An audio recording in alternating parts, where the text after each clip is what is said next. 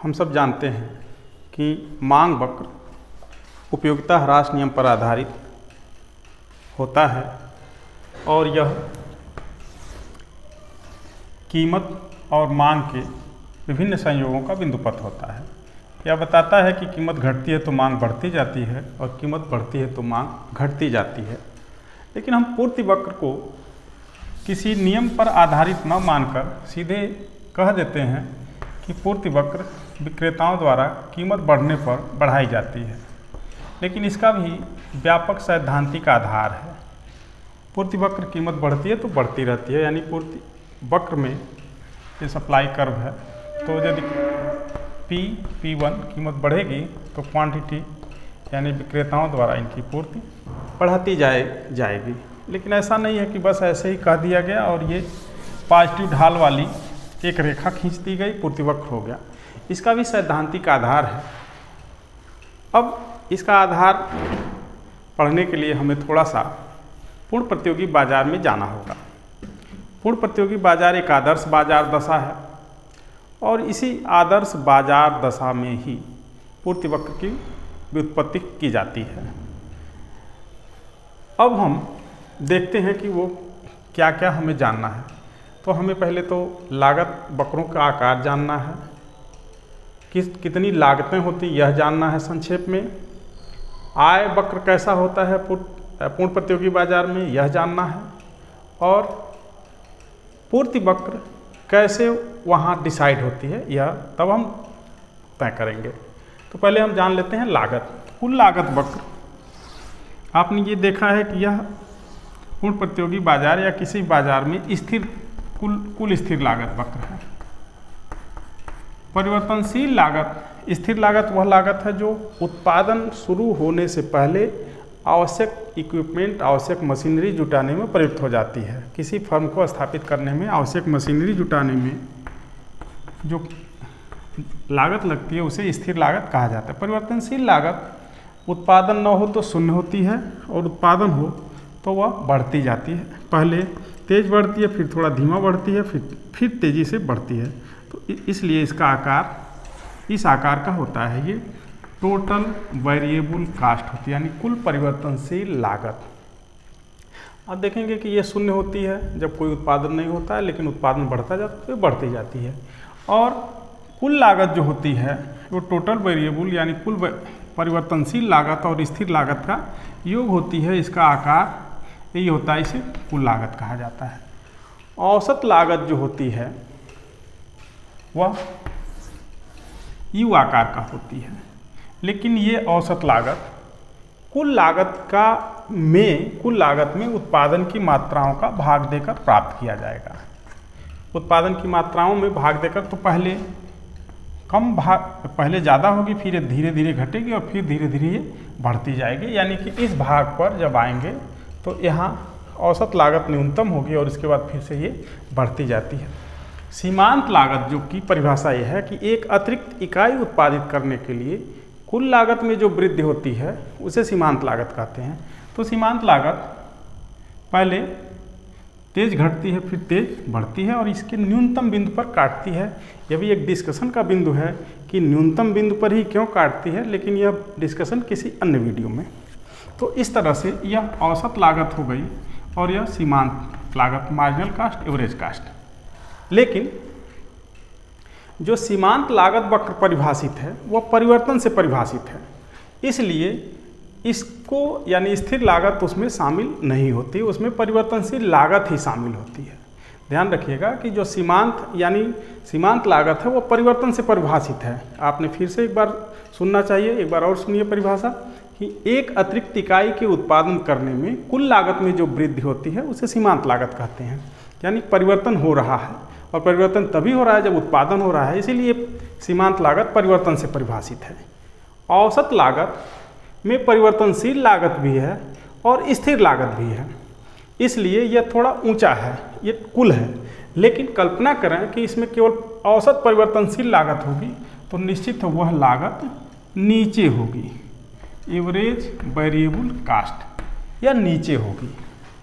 ठीक, तो average variable cast और एवरेज कास्ट टोटल कास्ट का औसत होता है और वेरिएबल कास्ट यानी औसत परिवर्तनशील लागत केवल परिवर्तनशील कुल लागत का औसत होता है। अब हम देखते हैं आय कैसा होता है पूर्ण प्रतियोगी बाजार में। लागत वक्रों का यह स्वरूप सभी प्रकार के बाजारों में होता है, केवल पूर्ण प्रतियोगी बाजार में ही नहीं होता है, इतना ध्यान रहे। अब आय कैसी होती है, तो आप वहाँ जानते हैं कि जो कीमत है वह बाजार द्वारा निर्धारित की जाती है समग्र मांग और समग्र पूर्ति के योग द्वारा। और सभी फर्में, मान लीजिए एक समग्र मांग है, समग्र पूर्ति है और कीमत निर्धारित कर दी गई, सभी फर्में इसी मांग वक्र का सामना करती हैं। तो फर्मों का मांग वक्र कैसा होता है, ध्यान रहे, उद्योग का मांग वक्र गिरता हुआ ही होगा। फर्मों के लिए जो मांग वक्र होगा वह एक समान क्षैतिज रेखा होगी। अब सभी इकाइयां एक समान कीमत पर बेची जा रही हैं, तो वह कीमत भी होगी। औसत आय भी यही होगी, यानी एवरेज रेवेन्यू। और परिवर्तन हो रहा है लेकिन एक समान परिवर्तन हो रहा है, इसलिए सीमांत आय भी यही होगा। औसत आय और सीमांत आय एक ही होगा। इस तरह फर्मों के लिए जो ये दिया गया मांग वक्र है, इस पर वो जितनी चाहे उतनी मात्राएं खरीद और बेच सकते हैं। आप यहाँ पाते हैं, इधर के भाग को मैं मिटा रहा हूँ, आप यहाँ पाते हैं कि ये विभिन्न फर्में हैं तो बाजार में अपने स्किल के अनुसार लाभ कमाती हैं। आप ये भी जानते हैं संतुलन की शर्त, संतुलन वही होता है जहाँ सीमांत आय सीमांत लागत के बराबर होती है। तो यहाँ सीमांत आय सीमांत लागत के बराबर होती है, औसत आय इसकी कम है इसलिए यह, और आय औसत लागत कम है, आय ज़्यादा है इसलिए यह इतना लाभ कमा रही है। एक दूसरी फर्म हो सकती है जिसकी औसत लागत औसत आय को केवल स्पर्श कर रही है, तो इसको न लाभ हो रहा है ना हानि हो रही है। और एक तीसरी फर्म हो सकती है जिसका मैनेजमेंट स्किल उतना बढ़िया नहीं है फर्म को मैनेज करने में, इसलिए उसकी लागत थोड़ी ज़्यादा है, इसलिए वह हानि कमा रहा है। ये अल्पकाल की दशा हो सकती है।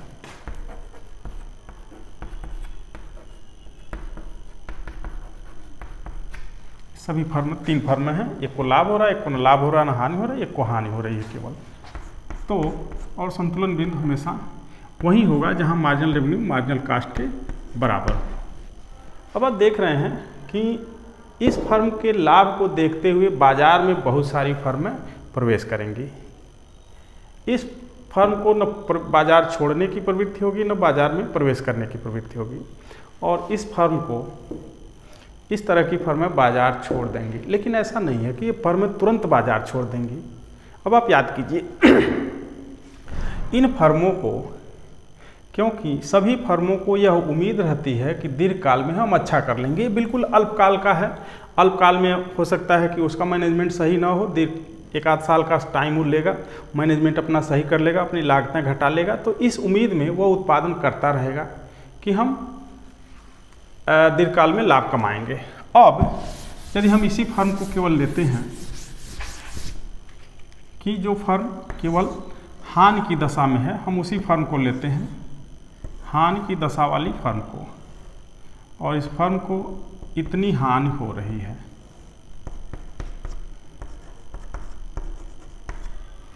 तो ये फर्म क्या करेगी दीर्घकाल में?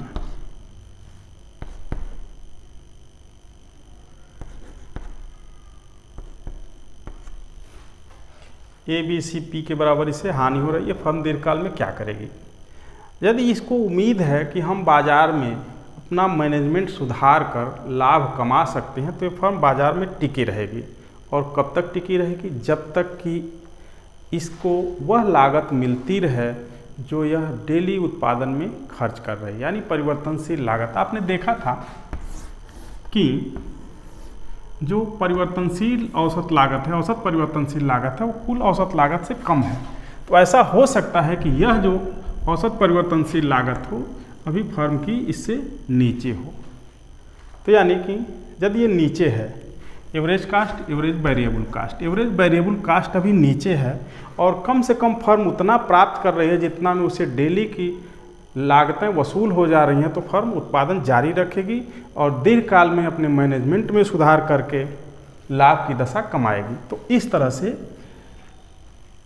फर्मों की पूर्ति वहाँ से शुरू होती है जहाँ से औसत परिवर्तनशील लागत सीमांत लागत को काटता है, यानी फर्म यहाँ के नीचे उत्पादन नहीं करेगी, यहाँ के ऊपर उत्पादन करेगी, चाहे वो जितना उसे लागत लगानी पड़े, लेकिन औसत परिवर्तनशील लागत से नीचे वो उत्पादन नहीं करेगी। इस तरह से जो फर्मों का पूर्ति वक्र होता है, व्यक्तिगत फर्मों का पूर्ति वक्र, वह औसत परिवर्तनशील लागत के ऊपर का सीमांत लागत वक्र होता है। यह भाग नहीं होगा, यह भाग उस फर्म का पूर्ति वक्र हो जाएगा। यानी कि जब कभी प्रतियोगी परीक्षा में पूछता है कि फर्मों का पूर्ति वक्र क्या होता है, तो आप निश्चित ही उस विकल्प पर टिक कर देंगे, औसत परिवर्तनशील लागत से ऊपर का सीमांत लागत वक्र ही किसी पूर्ण प्रतियोगी फर्म का पूर्ति वक्र होता है। इस वीडियो में इतना ही। बहुत बहुत धन्यवाद।